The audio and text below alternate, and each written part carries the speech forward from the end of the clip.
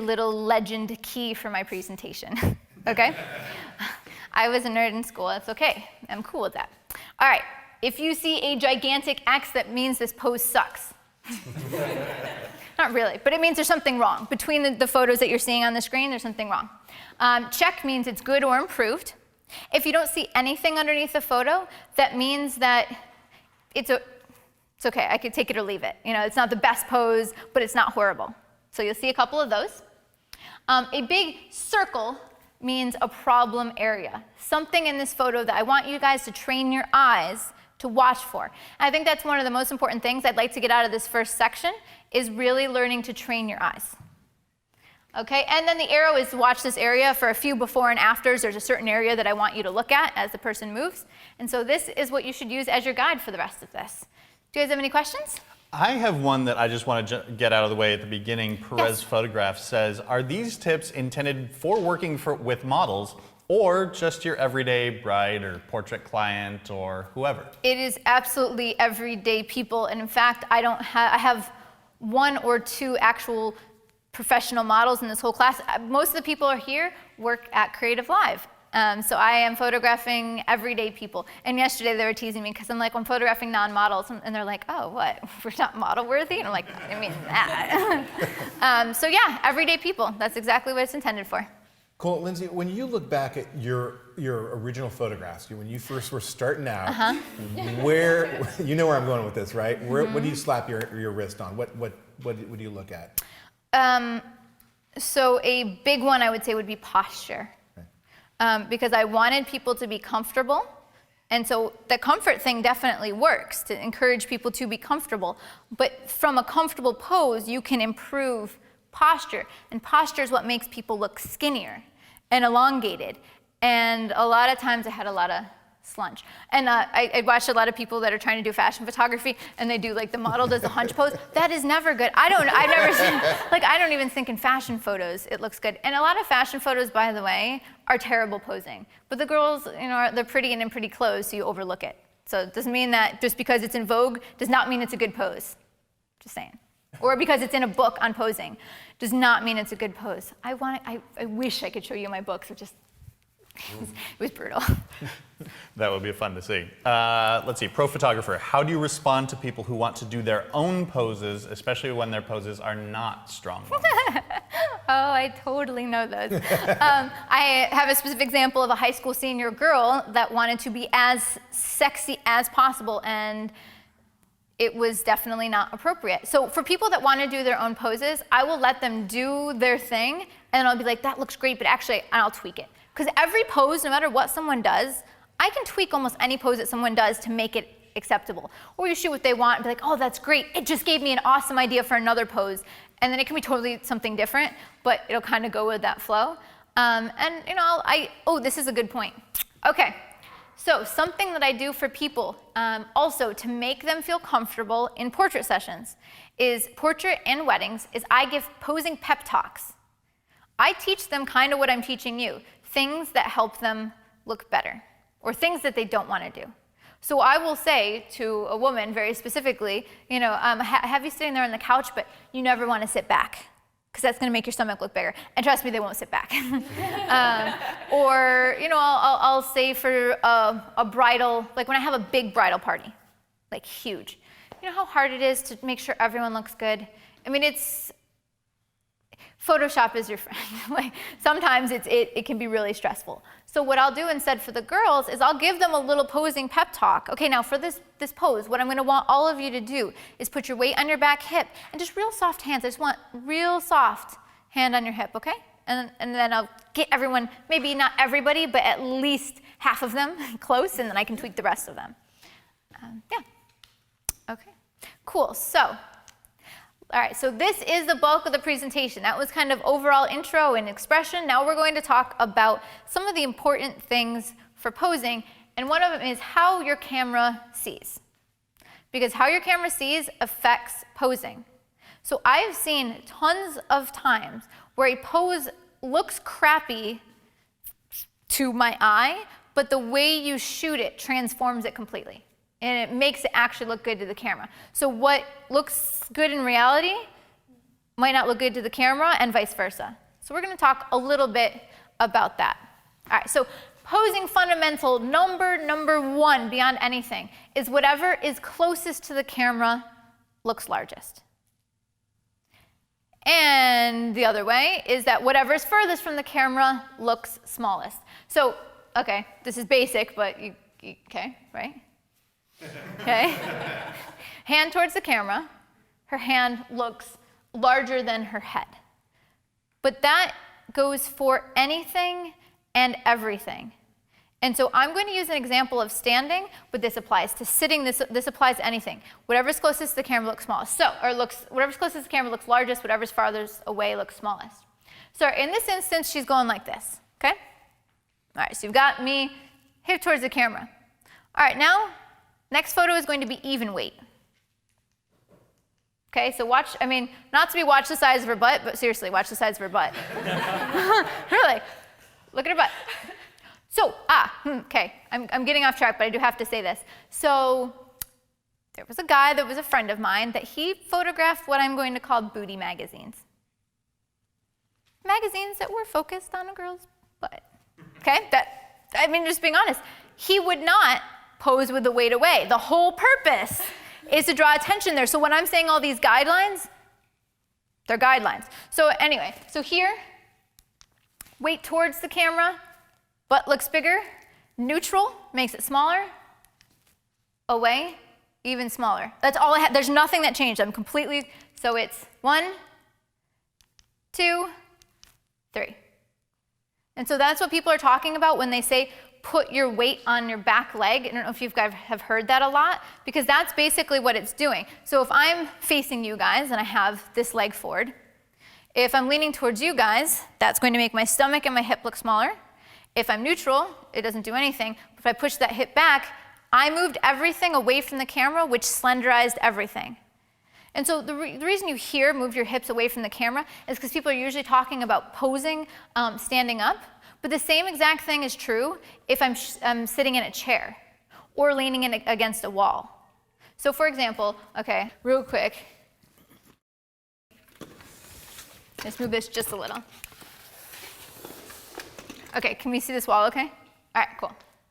So when somebody poses against the wall, if you guys are the camera and they're leaning their hips, I see this a lot in people trying to photograph like women's fashion. They'll do something like this with the girl's foot up on the wall. But my stomach is pushed out towards the camera, and so it's going to look larger. So usually what you want to do would be to kind of lower that leg a little bit, kick your butt back, and lean towards the camera. So in this case, hips and waist get smaller, gets bigger. So your chest might look a little bigger, which is probably what somebody would want. Likely. So this is not just something that applies to standing, it's sitting, it's laying, and this applies to men, women, children, everything. So just keep that in mind as well. So we're going to take a look at that so you can see it side by side. Again, so I think that is massive, and that is a lean, nothing more. So that is posing essential number one. Okay, now related to that whole concept, whatever's closest, whatever's farthest, related to that is something called foreshortening. So, for example, in that picture where she held her hand towards the camera, it actually, I mean, our minds know this, but it actually looked like she had no arm because it was completely hidden behind her hand. So anytime an appendage comes towards or away from the camera, it does something called foreshortening where it makes it look shorter or compressed. And it's usually not a good thing. So just to give you a very blatant example of a don't and a do. And I see this a lot. If you are posing a girl with her hand and you want her elbow up near her face, you don't want the elbow coming straight out at the camera because all you see is an elbow nub. Instead, you want to bring that elbow down. Or you could bring the elbow off to the side if you wanted to. Okay, so I have a posing, it's not like a super pet peeve, and so anybody who submitted this, don't freak out. It doesn't mean it's gonna be a bad pose, but armpits freak me out. Well, ugly ones freak me out. Because most people don't have super nice armpits. oh my gosh, when I see like poses of like muscle men guys and they have like hairy armpits and their arms are up, I get all freaked out. That's a pose, like, that's one that I can't do. Anyway, but so that's something that like, it's okay for her and that doesn't bother me, but like a really, really close-up shot of somebody where you're really noticing the armpit, I would watch out for that. So if you want somebody's hand up, you know, maybe it's posing so the armpit isn't as central, arm down instead of arm up, and definitely, definitely not at the camera. Okay, so let's take a look at a couple more do's and don'ts. So this is related to foreshortening. And I'm going to tell you, this doesn't mean it ruins your photograph if you don't have this, but notice, because instead of her hand on her hip out to the side, she had her elbow pulled back, her arm looks shorter, and she loses her hand. So it's technically kind of incorrect. This isn't a really bad example of it, but a really bad example of somebody's hand is basically pulled straight back. It's weird because your mind knows that it's an arm, but it looks funky. And I actually saw this in a photo I was looking at this morning. Same thing, the arm was pulled back so far that it looks really small. And in perspective-wise, that looks much more like an arm the way it's supposed to look. I'll also see a lot where people have their hands like all the way hidden, but just a little bit of their fingers showing. And that's something you generally want to avoid as well. So I have a couple examples of that. Okay, camera angle. So we talked about just now, you know, general foreshortening, whatever's closest to the camera, that makes sense? Okay, so the next one is your camera angle makes a difference. And it's actually for the same reason. It's for the same reason, because if you're at a higher angle, what's going to be closer? If I'm higher up photographing someone that's sitting down, their face will be closer. If I'm lower, their knees or their waist will be closer. But there are some times that you do want to break these rules. So let me just so this was the hips closest to the camera and hips away example. We'll watch this camera angle example. This camera angle on the left, I'm laying on my stomach. The camera angle on the right is I'm standing about 2.5 feet on a little step ladder above the ground photographing down. So that is not that's not the whole lens change thing. That is from shooting drastically different angles. So here's what I want to kind of give you an idea for you to keep in mind.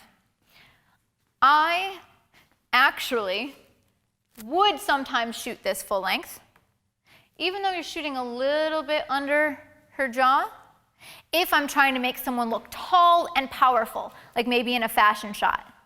So if you watch me in my studio, most of the time I am backed up, sitting down, and zooming into the subject. And I'm like laying on the ground, because the fact that I'm at such a low angle makes them look endlessly tall. And that's what I want to convey in a fashion model.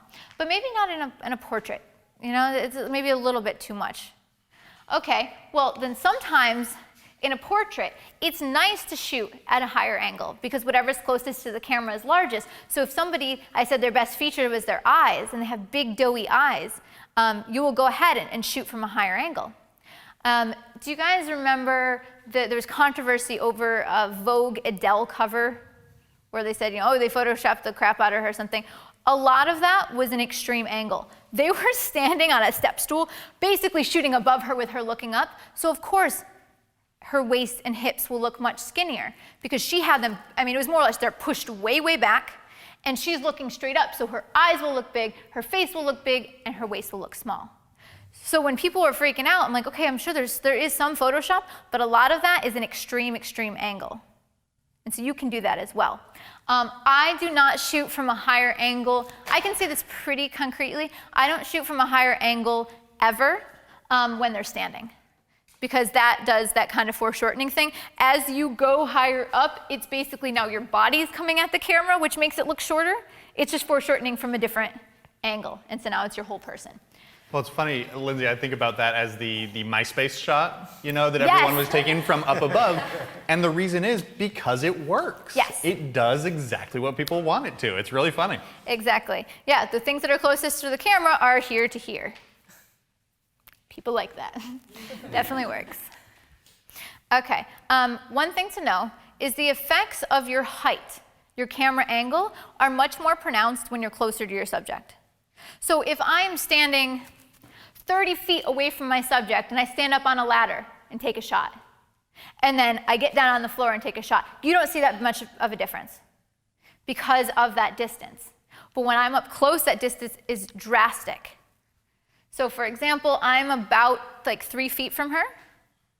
And so you can see stomach, on my knees, standing, and then elevated above her. Both of these would be okay.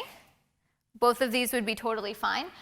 This elevated position, I would use more for someone I needed to slim a little bit more, just a little bit. Push their hips away and shoot just a little bit higher angle, or somebody where I really wanted to emphasize their eyes and their face. Both are fine, and it's relatively convenient for me. I'm 5'3" 3/4", and I find my height to be a pretty good height to shoot standing shots from a lot of times. If I want someone to be taller, then I kneel a little bit, whereas my significant other is 6'3", and if he photographs a girl from standing, he'll always have that side last perspective. So obviously this is going to depend for every single person here. So just to take a look, this was standing, 15 feet, 200 millimeter lens,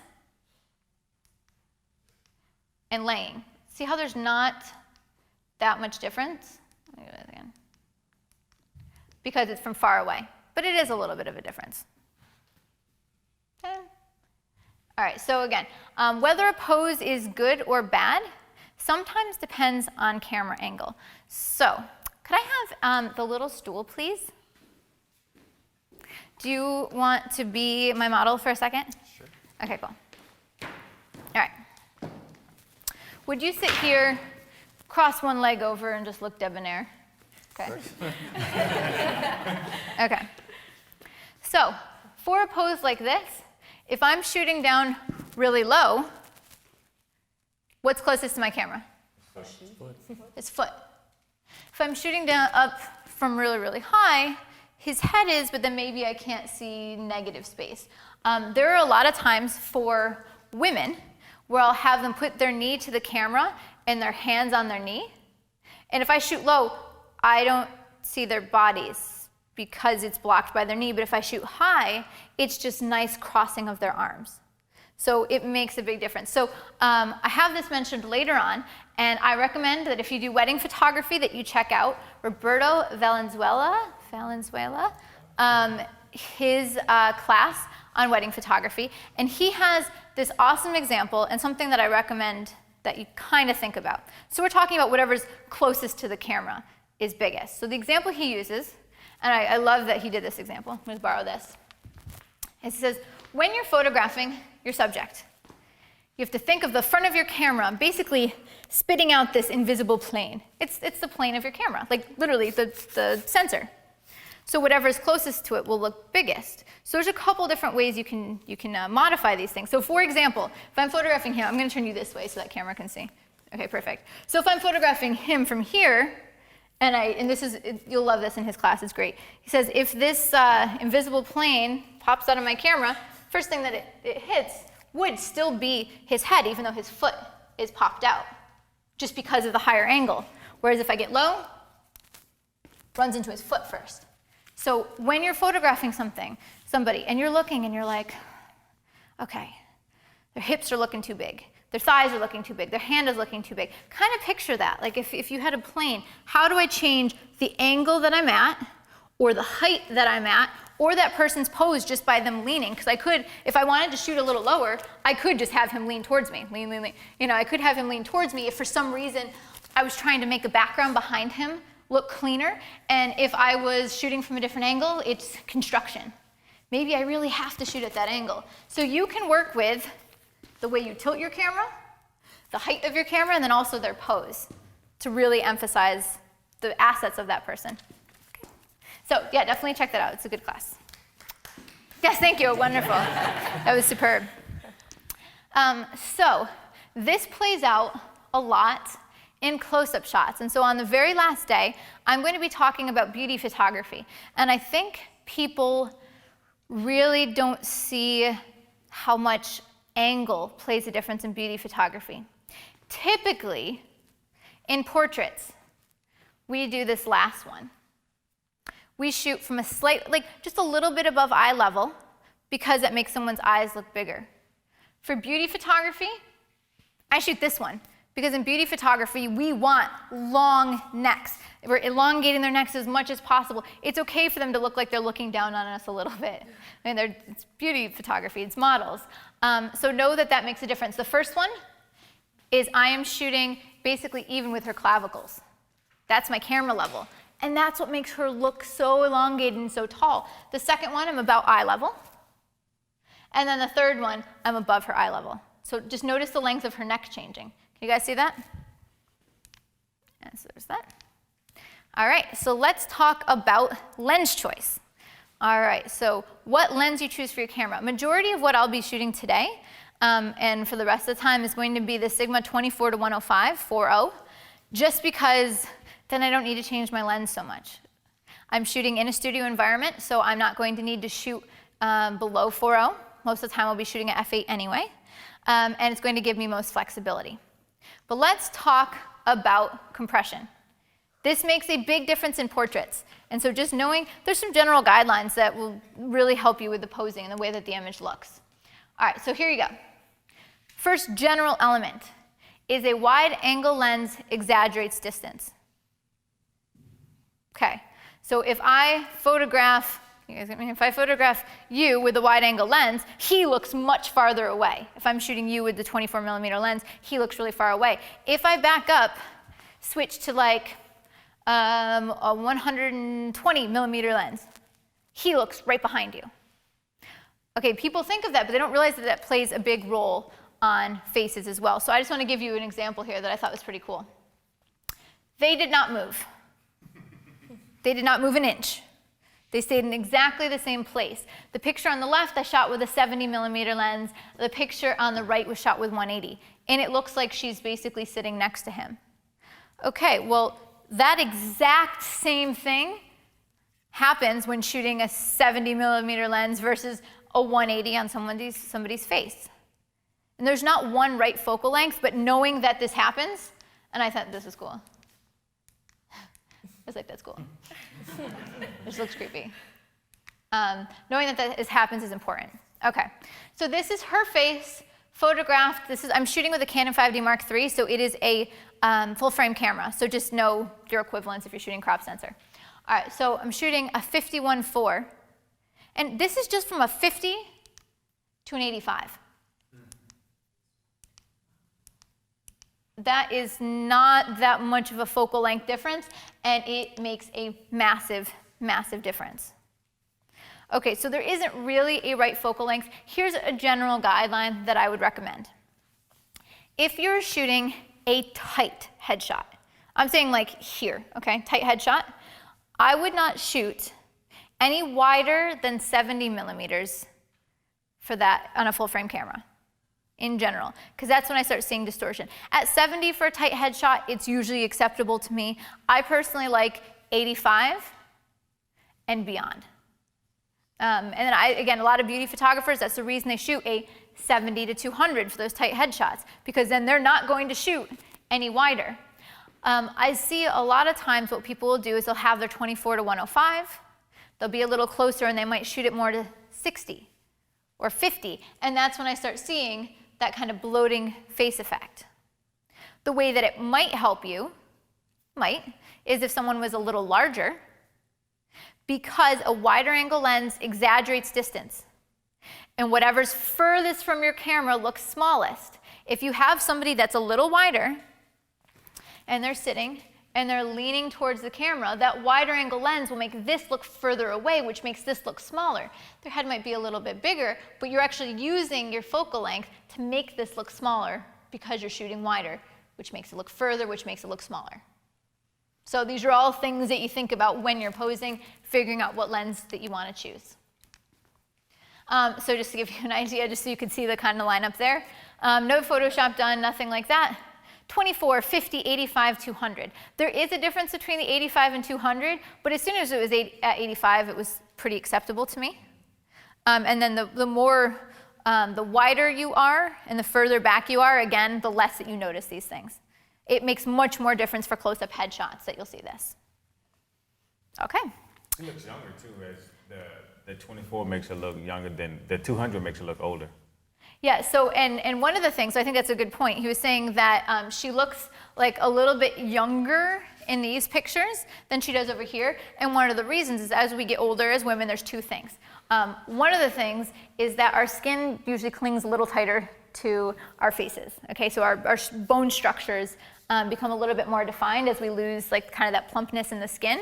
So she has less bone structure here because her face is bloated out more from the lens, whereas it would be more defined here. And you would see someone's cheekbones and their jawline a lot more with an 85 or a 200 than you would over here.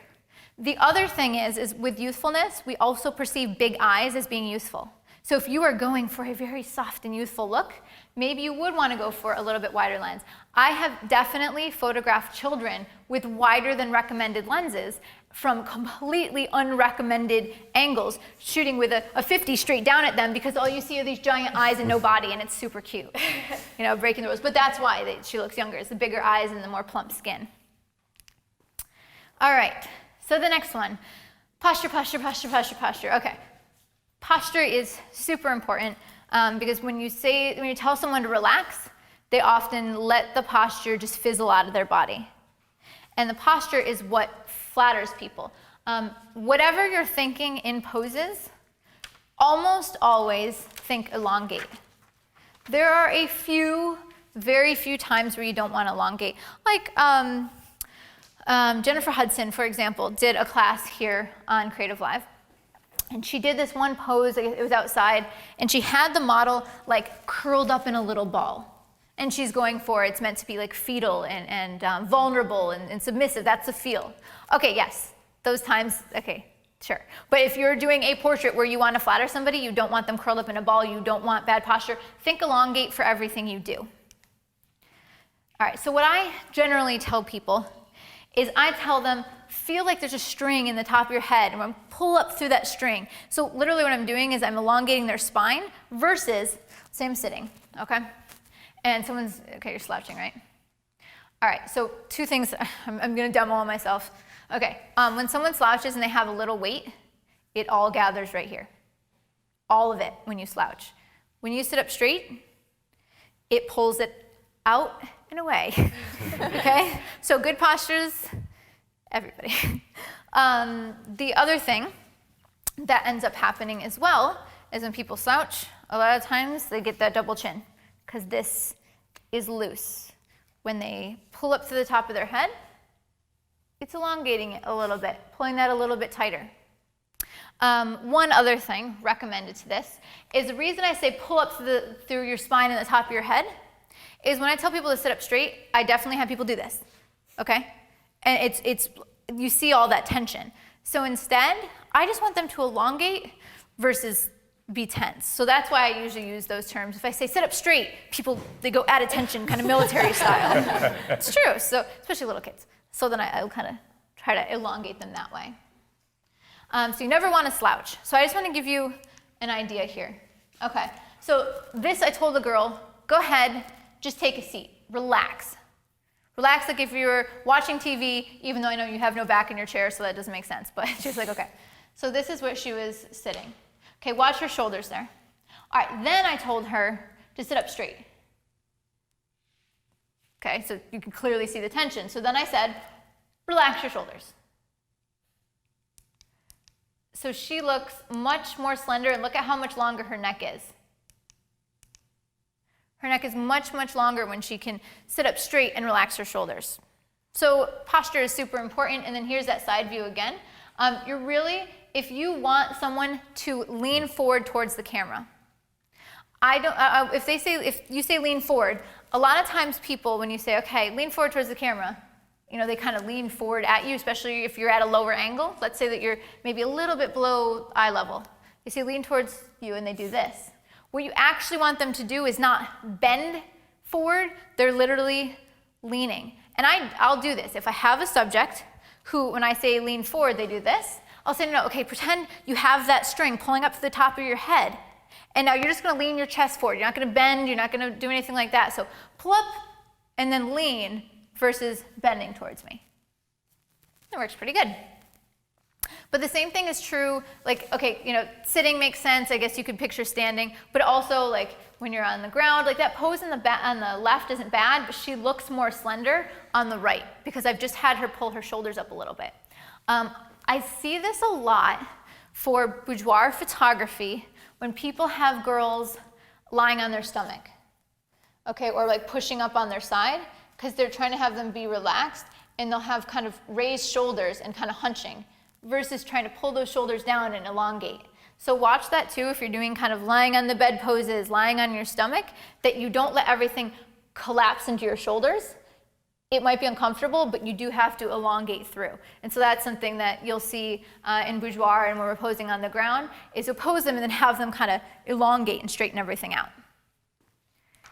Okay, next thing is cropping. Okay, it doesn't sound like a posing thing, but it so is, because a lot of poses will only look good when cropped a certain way. And that's okay. It doesn't need to look perfect. It can just crop nicely here, or it can just crop nicely from one angle. But there's a couple other points that people don't realize about cropping. When you're cropping in camera, you want to crop at the narrowing points of the body. So what that means is if you're trying to make someone look skinnier, you wouldn't want to crop at their chest. You'd want to crop just at their waist. And you wouldn't want to crop at their hips. You would want to crop either at the waist or below, like kind of at the narrowing point of the knees. So my trick, when I want, and my dress is a little loose to tell this, but my trick is when I want somebody to look really skinny and really curvy, is I will crop just above the knees. I don't know if I can do this. And I'll have them tuck their knees over, okay? Because what this just did is when they stand like this, it's a straight line. And when you crop, I'm actually cropping at a wider point, okay? When I put my legs together, it's still cropping. But if I tuck my knee over, I just made a point at the end of my body. So you go, and you crop it right there, and now I look really, really curvy. And then you can't really tell like height, so then I can look taller. I know, I pose myself too. And if you see, I promise you, if any of you pose with me for a Facebook photo, you'll instantly see this. I put my arm around you, I got my hips back, I've got my leg crossed over because I've got that angle. So now if you've ever seen me on Facebook, go watch, they're all the same. I give you away my secrets here. So to take a look, just looking for narrowing points, see how like this is a little more slenderizing than shooting here, and this is a little bit more slenderizing than shooting here. She's really skinny. So it's not as defined, but it's definitely true. You're better off, and it doesn't mean there's something wrong with this headshot, but if you wanted a headshot, you probably would be better off cropping here versus cropping right at her chest, because she looks a little broader. Unless you're trying to draw attention to her chest, okay, that whole thing. But yeah, cropping at a narrowing point is definitely one way to slenderize somebody and give them shape, again, for the curve. Cropping there. Okay, let's do, okay. So the rule that you've probably all heard before is about cropping appendages or pieces. Like don't crop elbows or don't crop knees. All right, so the general rule of thumb is don't crop directly on joints. So what you don't really want to crop is on your wrist, on your elbows, on your ankles, or really directly on your knees. It's basically where you have a joint, you don't want to crop there.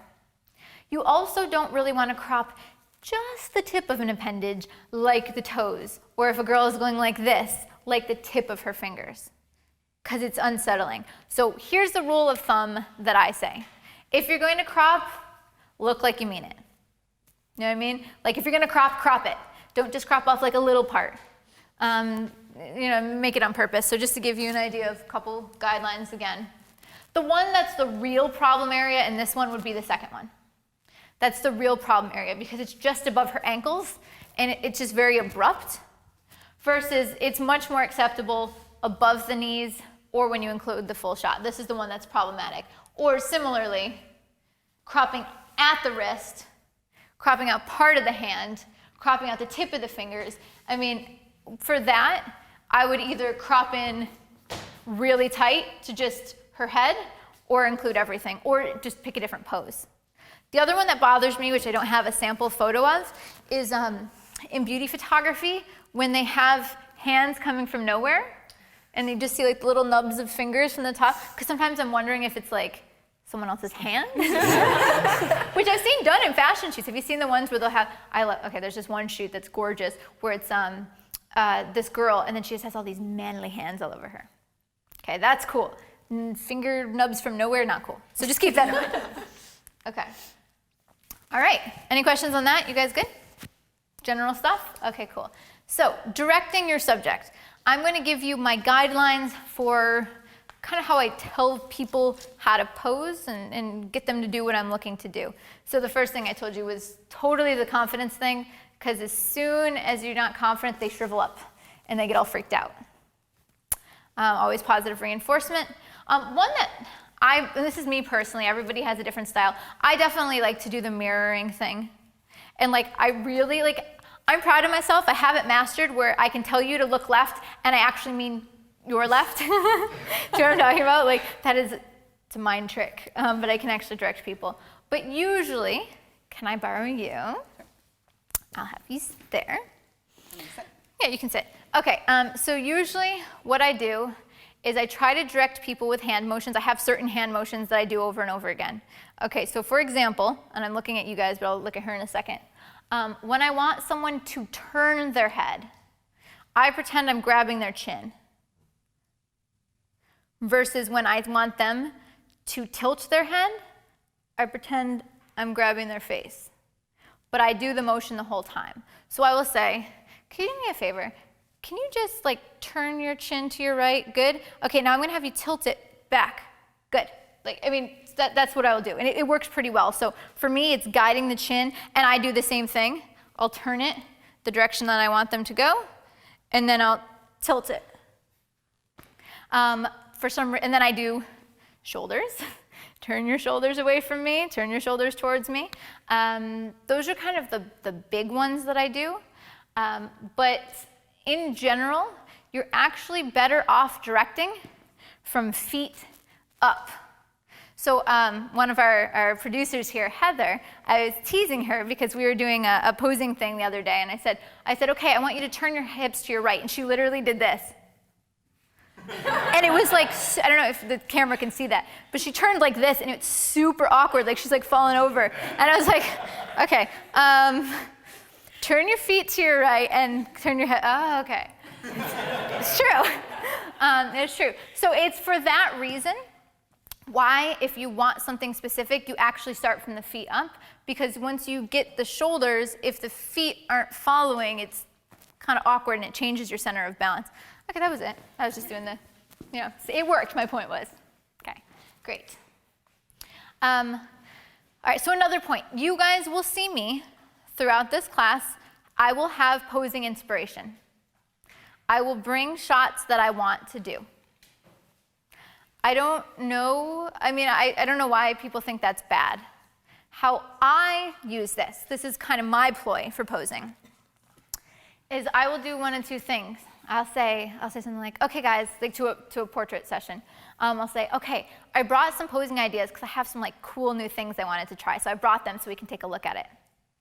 Okay, no one's judging you now. Who cares?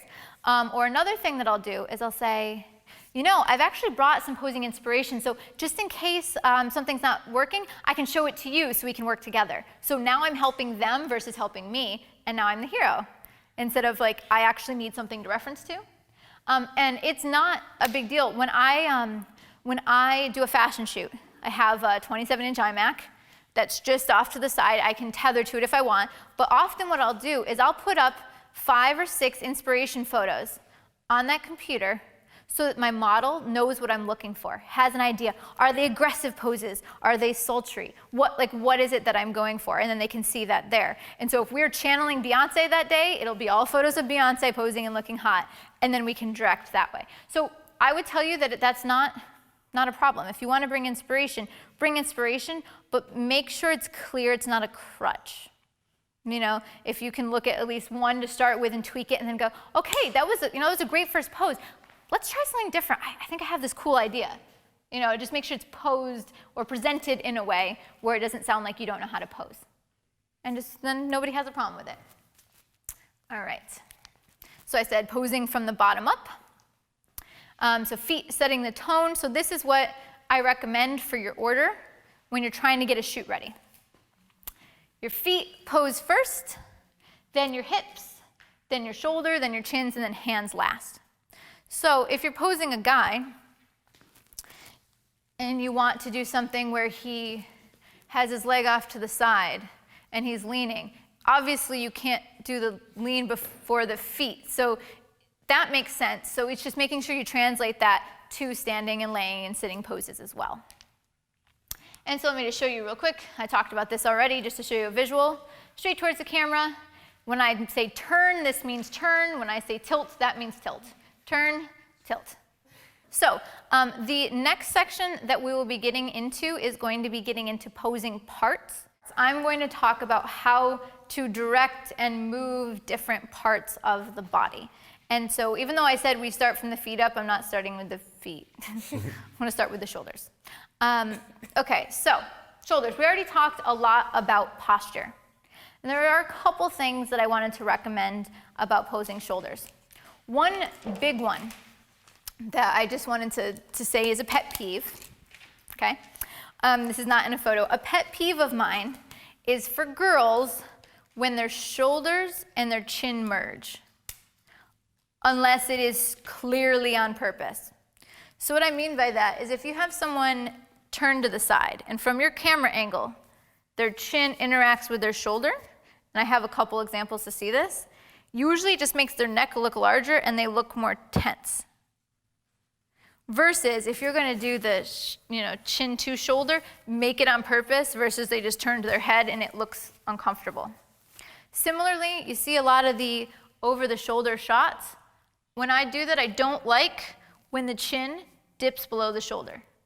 You want to avoid that merger. So I will tell a girl to drop her shoulder and lift her chin a little bit or roll her head towards me instead of having it hidden below the shoulder. That merger makes it look like she has no neck. So although that's kind of a chin thing, it's a chin-shoulder interaction, just watch out for that. We always want to have elongated necks. So if someone looks like they don't have a neck, figure out what you can change to make it look like they do. All right, so let's look at an example.